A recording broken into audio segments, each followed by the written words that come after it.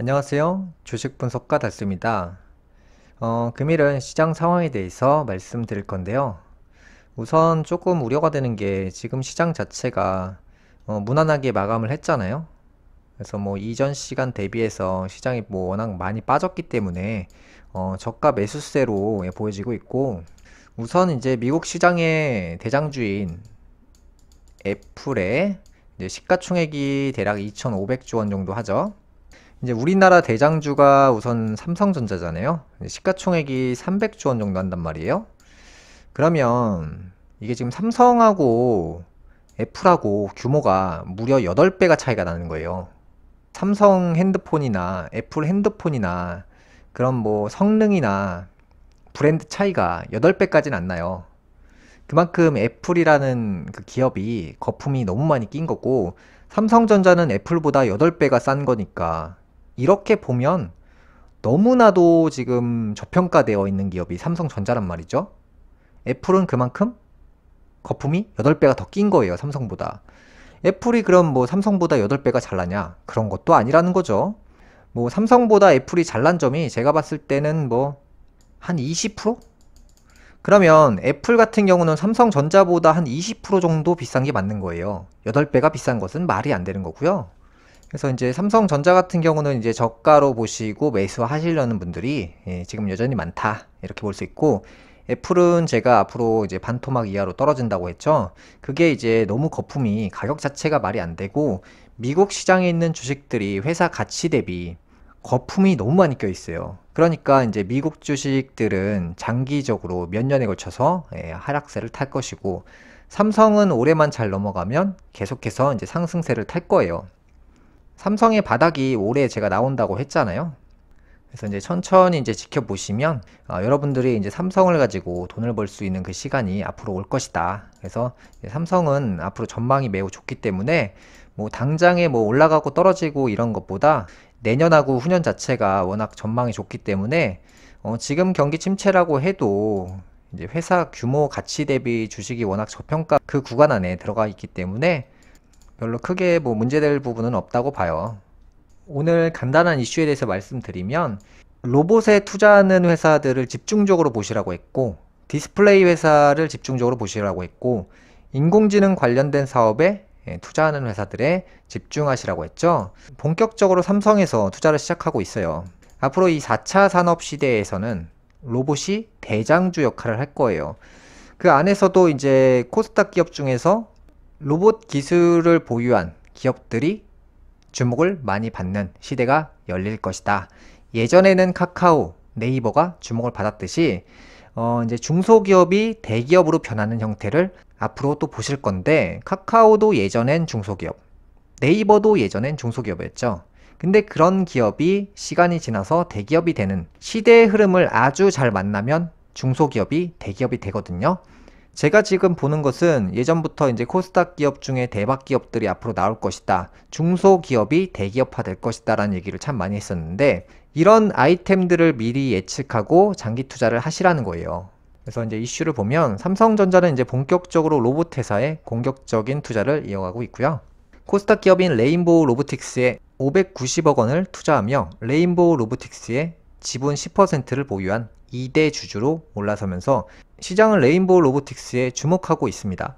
레인보우 로보틱스는 삼성전자가 투자한 첫 로봇 기업입니다. 카이스트 휴머노이드 로봇 연구센터의 연구팀이 2011년 창업한 기업으로, 인간형 로봇 및 협동 로봇, 군사형 로봇 등 종합 로봇 플랫폼 기업으로 이족 보행 로봇 부분에서 혼다와 보스턴 다이내믹스에 이어 세계 3위 수준의 기술을 보유하고 있다고 평가를 받고 있습니다. 삼성전자 이재용 회장은 로봇을 포함한 미래 신사업 분야에 향후 3년간 240조 원을 투자하겠다고 밝혔습니다. 그러니까 삼성전자 규모가 지금 300조 원인데 3년 동안 거의 240조 원이니까 삼성전자만한 그런 투자를 하겠다라고 볼 수도 있죠. 일각에서는 삼성전자와 레인보우 로보틱스, 그 다음에 현대자동차와 보스턴 다이내믹스의 경쟁 구도가 형성될 수 있다는 관측도 나오고 있습니다. 삼성전자는 이르면 2030년 글로벌 생산기지의 생산 공정을 100% 자동화 기계로 가동하는 무인 공장 도입을 추진한다고 밝힌 바 있습니다. 한국과학기술정보연구원에 따르면 글로벌 협동 로봇 시장 규모는 연평균 43%가량 성장할 것으로 전망하고 있습니다. 새해 들어 이틀 연속 하락했던 한국 증시는 반도체 하드캐리에 힘입어 상승 반전했죠. 정부는 국가 전략기술 시설 투자 금액에 대해 대기업과 중견기업은 15%, 중소기업은 25%씩 세금을 깎아주는 방안을 추진한다고 밝혔는데요. 이 세제 지원 방안이 투심에 긍정적 영향을 미치고 있습니다. 삼성전자가 6일 새해 첫 실적 발표를 앞두고 있습니다. 삼성전자는 5일부터 8일까지 미국 라스베거스에서 열리는 세계 최대 IT 가전 전시회에 참가할 예정입니다. 3대 핵심 플랫폼을 소개하고 이를 기반으로 삼성전자의 주요 제품과 다양한 기기들이 어떻게 연결돼 고객의 삶을 보다 풍요롭게 만들 수 있는지 보여줄 예정이라고 합니다. 뉴욕 증시에서는 주요 주가지수가 동반 하락했고요. 테슬라는 12% 하락했고요. 지난해 1월 최고치 대비 73%가량 하락한 셈이고요. 애플은 시가총액 2조 달러가 붕괴했는데요. 이달 초에는 수요 약화를 고려해 부품 생산을 줄이라고 했다고 합니다. 예를 들어 자동차 업체의 생산량을 알려면 본사의 수치가 중요하겠지만 자동차에 들어가는 타이어 업체의 납품 개수를 통해서 간접적으로 시장을 전망할 수 있는데요. 그러니까 애플에 들어가는 액정이나 필름 같은, 케이스 같은 그런 부품 업체의 상황을 보면 이 완제품의 향방을 미리 알 수도 있다는 것이죠. 그러니까 완제품 전에 부품 회사들이 어떻게 돌아가는지를 자세하게 보시면 애플 핸드폰의 앞으로의 향방을 미리 먼저 1시간이라도 빨리 알 수 있다는 거죠. 지난해 국내 경차 시장이 3년 만에 10만 대를 넘어섰고요. 우선 제가 이전 시간에서부터 말씀드린 이 물의 시대에서 간략하게 설명을 드리면 이 물의 시대에서는 이 물의 형태를 띠는 것들을 향해서 사람들이 간다는 거예요.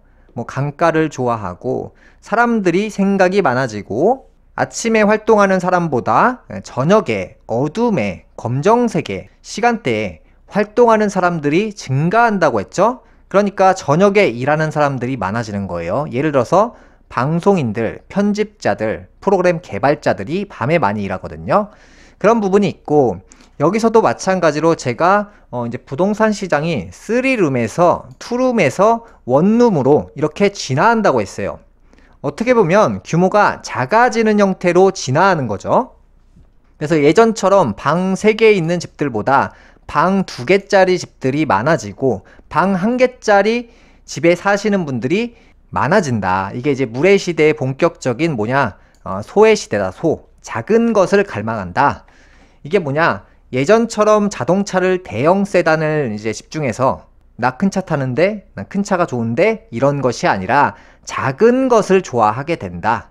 사람의 몸 같은 경우도 예전 같은 경우는 키 큰 사람이 전성기였고 키 큰 사람이 주목받고 덩치 큰 사람이 리더 자리에 있었는데 앞으로 물의 시대에서는 대가 아니라 작은 사람들한테 갈망한다는 거예요. 키가 작고 마른 형태의 사람들. 그러니까 자동차도 규모가 작아지고 아파트 같은 경우도 대형 평수에서 3룸도 아니에요.